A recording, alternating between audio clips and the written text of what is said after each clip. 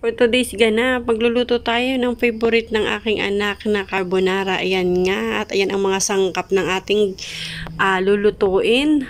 At ready to mix lang. Ayan, napakadali. Ayan, at tayo ay nag-laga-laga. Nagpakulo pala para sa noodles. Yung bucket pack lang pala ang aking kinukuha, hindi yung mahaba. Ayan, at magisa-gisa tayo ng sibuyas, bawang, ganun lang kasimple ang paggawa. Tapos ilagay na natin ang century tuna, 'di ba? Napakasimple lang ng ating luto, mga mare.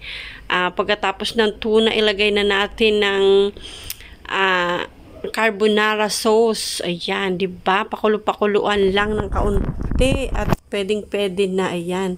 Ilagay muna natin pala ang mushroom.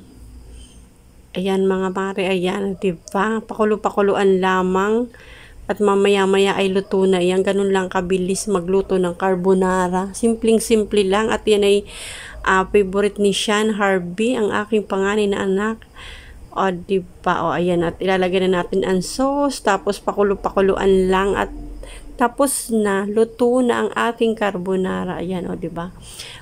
Kaya nga palagay ng kulay nun, imbis na oil lang nilagay ko star margarine. Wala kasi akong dairy cream. Pwede din naman ng oil, pero wala lang. Arte-arte lang. Para creamy ko, no?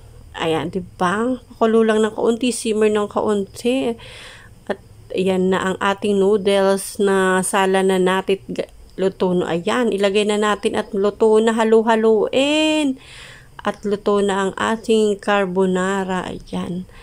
Ganun lang kasimple. Kung gusto mong kumain ng carbonara, bumili ka na lang nung ready-made.